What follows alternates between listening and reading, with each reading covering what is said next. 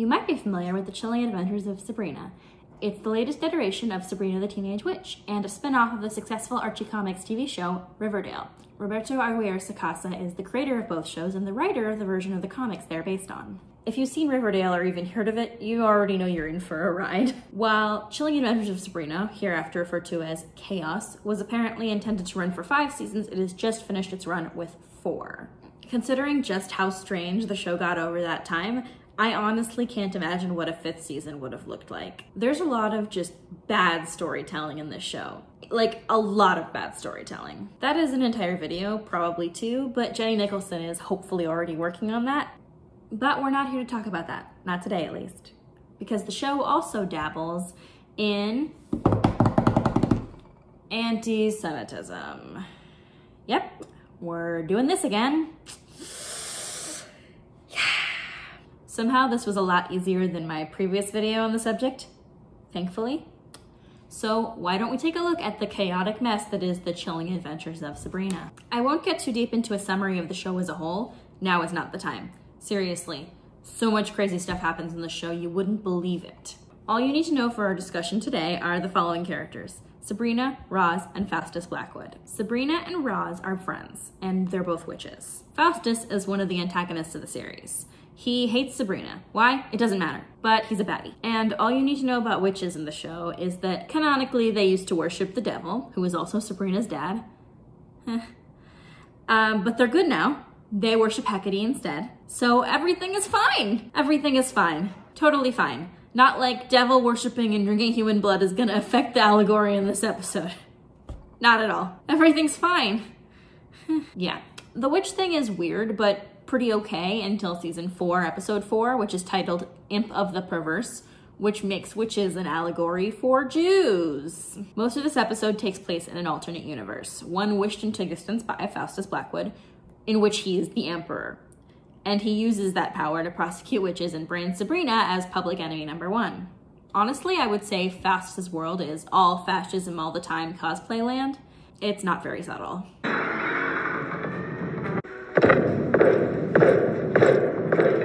Roz, our buttons. Praise Blackwood. Praise Blackwood!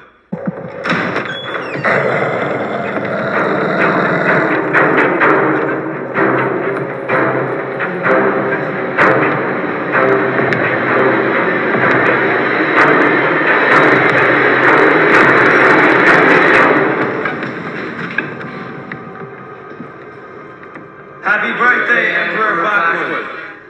Why, thank you, children. It kind of looks like someone took everything they learned about Nazi aesthetics from a TV show, put it in a blender, extracted any subtlety, and then threw it at the wall to see what would stick.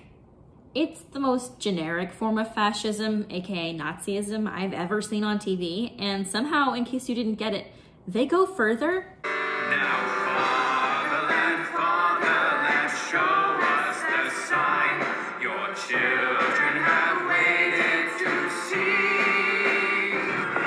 The babe in his cradle is closing his eyes. The blossom embraces the bee.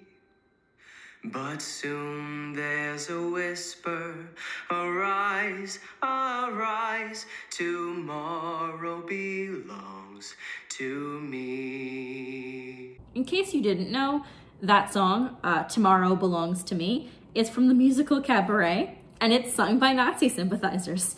So I guess that implies that the musical, and by extension the Holocaust, also happened in this universe. But I'm probably overthinking it, because I doubt the writers put that much thought into the Sabrina historical canon, or any thought into this allegory at all.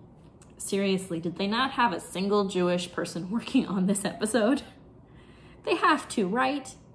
So in this alternate universe, witches are hunted by Blackwood's army and separated from the general population. Blackwood's regime promotes anti-witch propaganda and blames all of society's ills on witches. So, you know, basically he took a page directly out of Hitler's playbook, which is shitty and on the nose enough as it is, but witches get accused of a very specific crime. Now, who can tell me why are witches so bad for the world? Because they kill babies and eat their flesh and drink their blood. Correct? Now, you might think this is just a reference to all the fairy tales where witches eat kids. I wish. The witches in chaos do consume human flesh, so when they're being written as an allegory for Jewish persecution, it's disturbing. If you aren't familiar with European Jewish history, you should know about this little thing called the blood libel. It is an old conspiracy theory that Jews would kidnap and murder Christian children and use their blood to make matzah. Thank you for your comfort in this time, my little baby. Here's the description for you.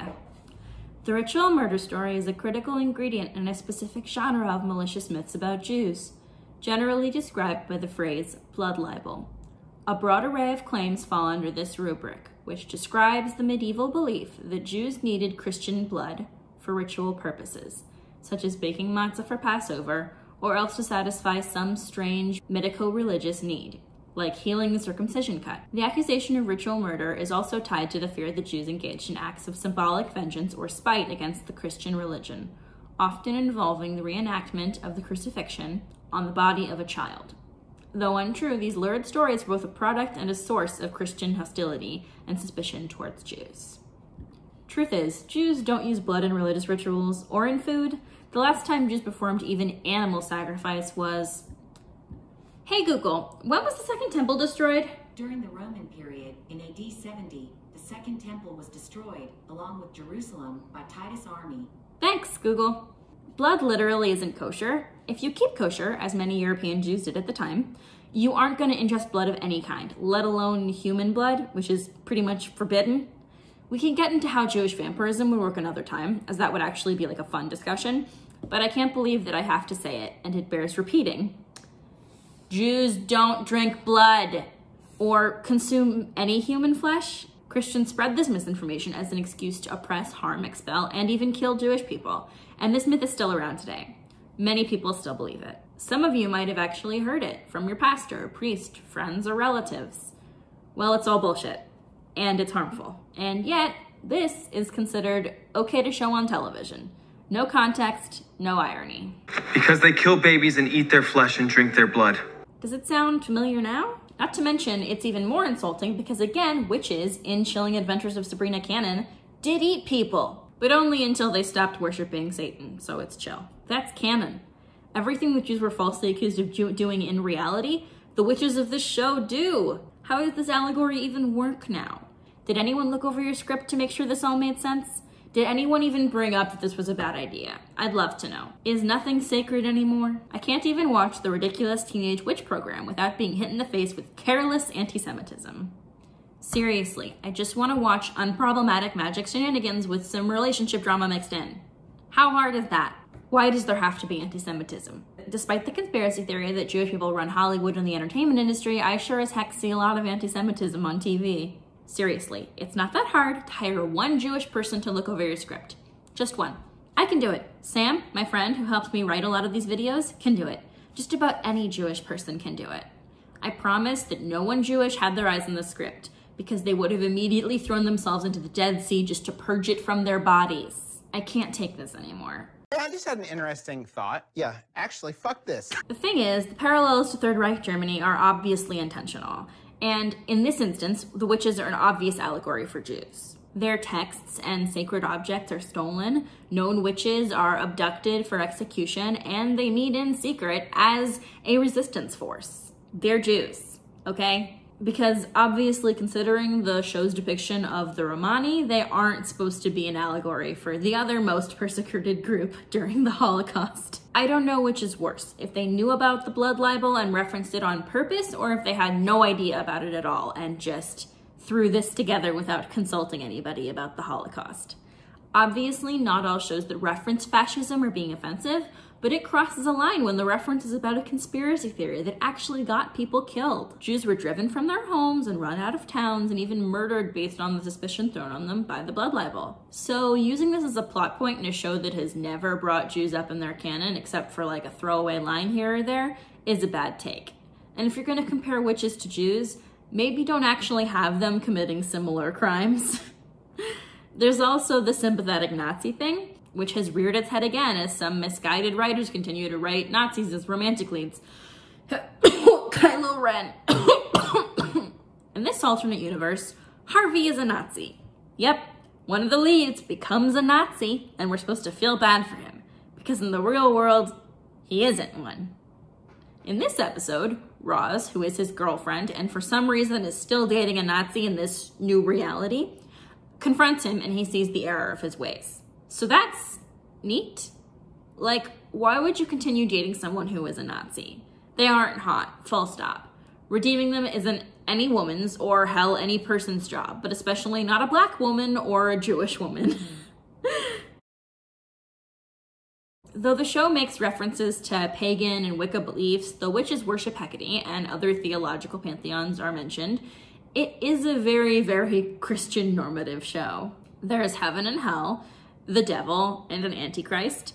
They bring Lilith in as a villain, another issue, which we'll get into at another time. And there's just a lot of references to Christian theology as a whole. They even reference Christ as the Nazarene. This isn't necessarily a negative thing. Most supernatural shows draw from ideas based in Christian mythology. And that's fine. But like many supernatural shows, Chaos makes little to no mention of Judaism, Jewish folklore, or anything of the like. You know, even though Christianity was born out of Judaism, they like to forget that.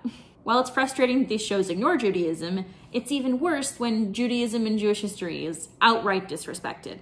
The show prominently features the Jewish demon Lilith engaged in a deeply sexual and misogynistic way. Sure, they go with her traditional succubi persona. She hates men but has sex with them, and she's a literal man-eater. But this representation is considered outdated by many Jews today, and many, yours truly included, reject this perception.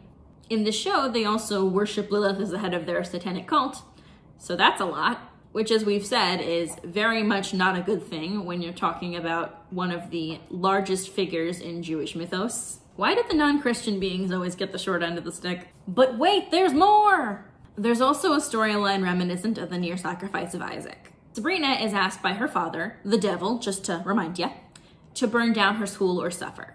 At the last minute, he tells her to stop. Just like God asked of Abraham when he was to sacrifice Isaac.